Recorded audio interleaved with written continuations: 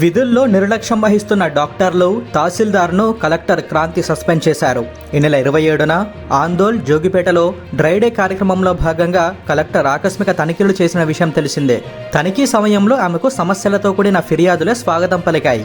రాష్ట్ర వైద్య ఆరోగ్య శాఖ మంత్రి నియోజకవర్గమైన జోగిపేటలోని 100 పడకల ఆసుపత్రిలో తనిఖీ సమయంలో ఏ ఒక్క అధికారి అందుబాటులో లేకపోవడంతో, విధుల పట్ల నిర్లక్ష్యంగా ఉండటంతో కలెక్టర్ అసహనం వ్యక్తం చేశారు. దానికి తోడు ఆసుపత్రిలో చికిత్స పొందుతున్న బాధితుల కుటుంబ సభ్యుల పట్ల వైద్యులు నిర్లక్ష్యంగా వ్యవహరిస్తున్నారని, కేవలం నర్సులు మాత్రమే చికిత్స చేస్తున్నారని కలెక్టర్ దృష్టికి తీసుకెళ్లారు. దీంతో ఆగ్రహించిన కలెక్టర్ ఆ సమయంలో ఆందోళ్ తహసీల్దార్ నజీం ఖాన్, జోగిపేట ప్రాంతీయ 100 పడకల ఆసుపత్రి డాక్టర్లు నాగరాజు, దివాకర్, స్టాఫ్ నర్స్ రాథోడ్ రేణుకపై చర్యలు తీసుకున్నారు.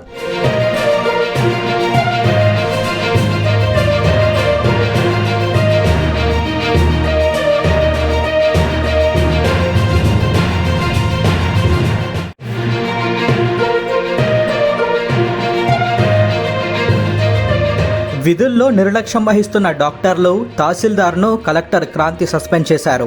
ఈ నెల 27న ఆందోళ్, జోగిపేటలో డ్రైడే కార్యక్రమంలో భాగంగా కలెక్టర్ ఆకస్మిక తనిఖీలు చేసిన విషయం తెలిసిందే. తనిఖీ సమయంలో ఆమెకు సమస్యలతో కూడిన ఫిర్యాదులే స్వాగతం పలికాయి.